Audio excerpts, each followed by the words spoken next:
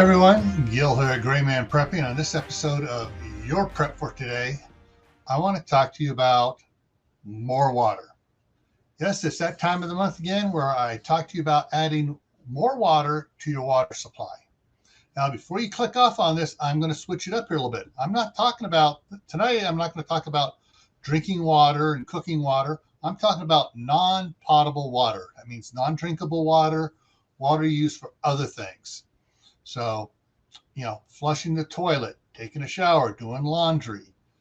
These take a lot of water.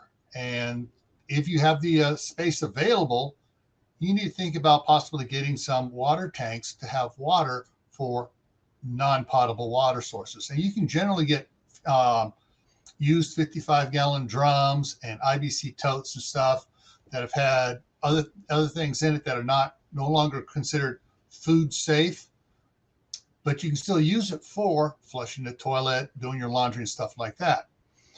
All right. So that's what your prep is for today. Look into getting storage containers for non-potable water so you don't have to use your good drinking water to take care of things other than drinking. All right.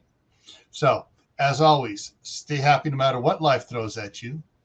Stay safe. Don't go out and do anything foolish. Keep adding to your preps water, both drinkable and non-potable, food, medicines, and other items. Why? Well, this is why.